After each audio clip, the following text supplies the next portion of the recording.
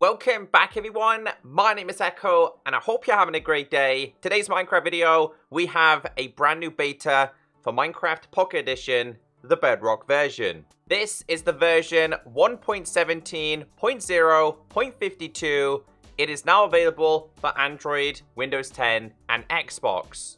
Here is the official tweet from Jay Wells, Megaspud. We're moving more caves and cliffs features out from the experimental toggle in this week's Minecraft beta. We fixed a long list of bugs that you have reported to us at bugs.mojang.com too.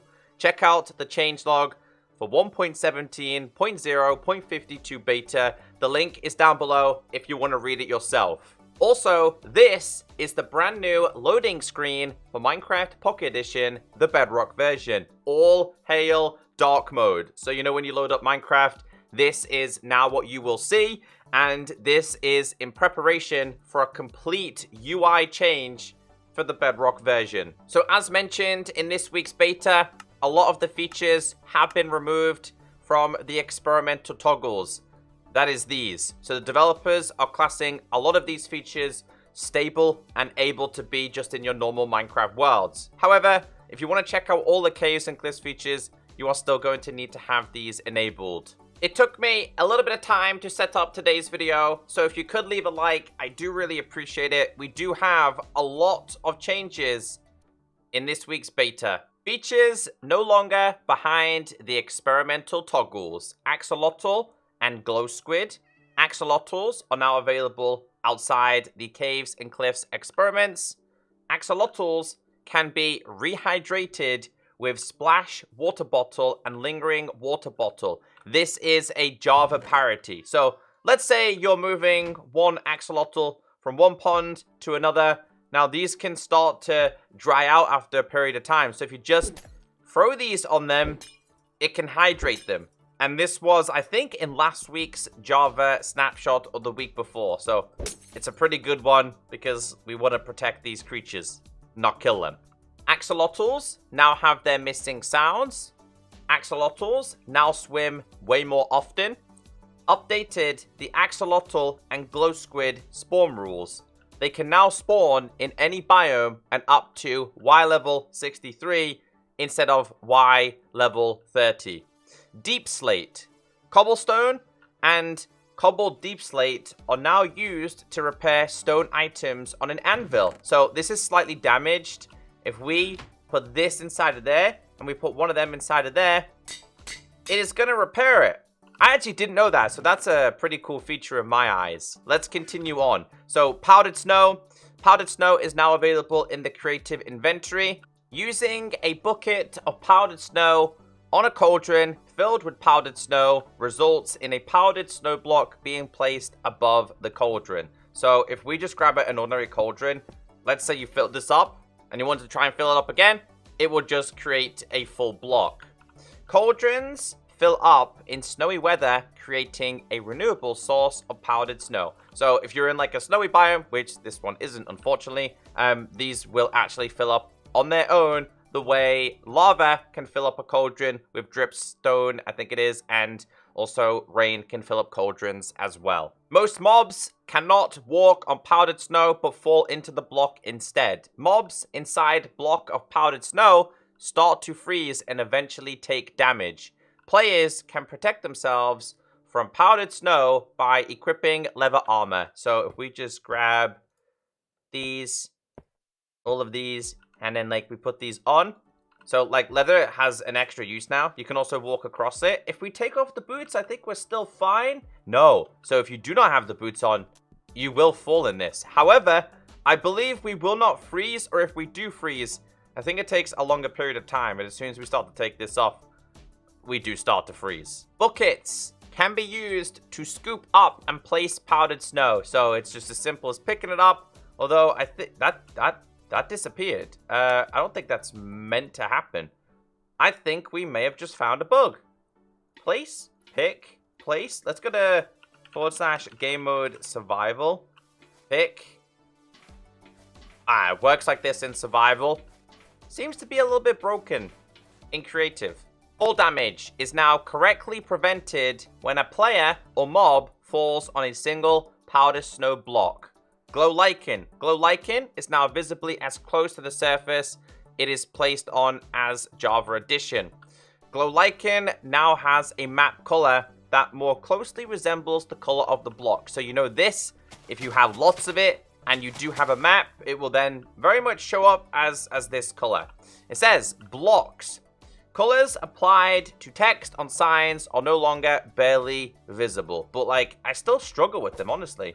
I feel like they're still not perfect. I feel like the first beta we had, where they changed the ability to color your signs, was just like so much better compared to these ones. Anyway, crystals. Newly introduced last week. Amethyst, amethyst shards, amethyst cluster variants, amethyst buds, budding, amethyst tough, blocks, calcite, and smooth basalt are now available in the creative inventory. I'm pretty sure they already were last week, but I think they are no longer hidden behind the experimental toggle. Spyglass is also now available in the creative inventory. Deepslate is now available in the creative inventory.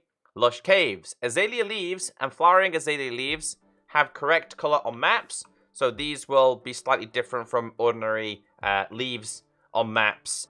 Small drip leaf can now be placed on moss blocks. So this is literally a Java feature today as well. The ability to just place these down on here. You are no longer needing water, which was something that was needed in the previous versions. So everything you see here in terms of lush caves, dripstone, and glow squids and stuff like that, they are no longer hidden behind the experimentals. Also this one, water drips from stalactites. So glow squid, no longer hidden behind the experimental toggles. There is a bunch of these changes today, and it just keeps going here. This one, I knew it was a bug. Maps now glow in glow item frames. If we do /time set, I do nighttime. I knew it was a bug. This was something that was available on Java, but not available on the Bedrock version. And everyone was like, no, Echo, it's the add-ons you have installed. No, it was a bug. Goats no longer drop mutton when killed. Goats are now available outside the caves and cliffs features. Copper.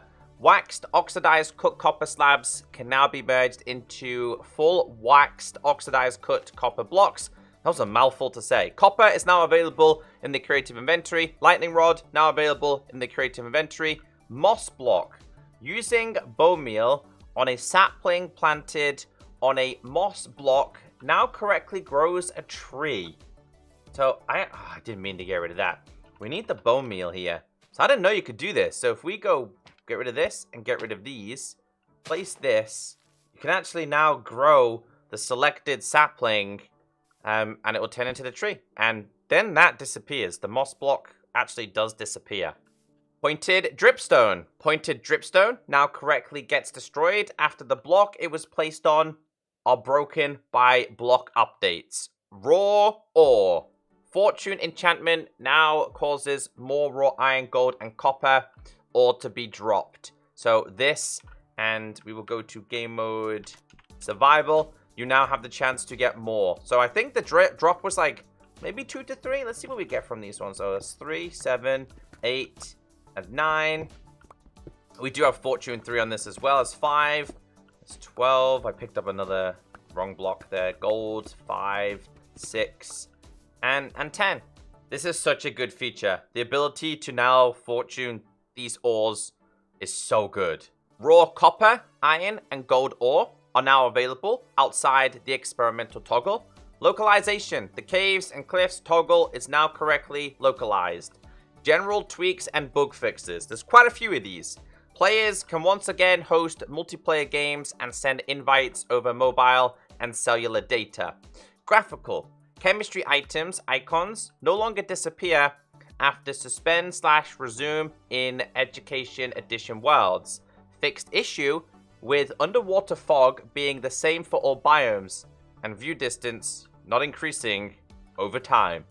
Underwater view distance is increased in rivers and land biomes to be more like Minecraft Java Edition when caves and cliffs experiment toggle is enabled. Items, boats now break when they collide with a cactus from the side. So if we just like do this, come up, yep, your boat is gonna break.